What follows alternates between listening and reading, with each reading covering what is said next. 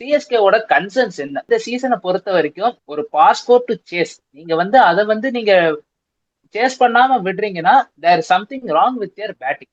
Matthew Short வந்து was playing very safe today. அவர் வந்து ரிஸ்கே எடுக்காம அப்படியே தட்டி தட்டி ஒரு 40 பால் 50 அடிக்கணும்னு ட்ரை பண்ணாரு. பட் சம்மோ அவரால் முடியல அது இன்னைக்கு. ஸோ அங்க அந்த மேத்யூ ஷாட் அந்த பொசிஷன்ல தான் CSK are missing some player. ஏன்னா they brought in Akeal Hosein, but Akeal Hosein வந்தாலும் 8 கீழே வராரு அவரு. ஸோ அந்த ஒரு கேப் அவங்களுக்கு இருக்குது. இப்போ பிரவிஸ் வந்து பாத்தீங்கன்னா நின்று ஆடணும், ஆனா வந்து நின்று ஆட மாட்டாரு. அண்ட் இன்னைக்கு வந்து நல்லா கவனிச்சீங்கன்னா ஷகீப் ஹுசைன் வந்து போட்ட பால் எல்லாமே சிவம் துபேக்கு யாக்கரா போட்டாரு. சிவம் துபேவால குனிஞ்சு அடிக்க முடியல. சோ நல்லா ஸ்பீடா போட்டப்போ தடுத்து ரன் விட்டாங்க.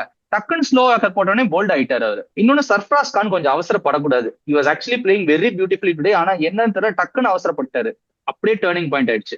அண்ட் பிரவிஸ் வந்து ஒரு சைனாமேன் பவுலர் மாதிரி வர்றப்போ எடுத்தோடனே ஷாட் அடிக்க போயிட்டாரு ஒரு கண்ணை மூடிட்டு. அந்த மாதிரி சின்ன சின்ன விஷயத்துல they need to correct actually.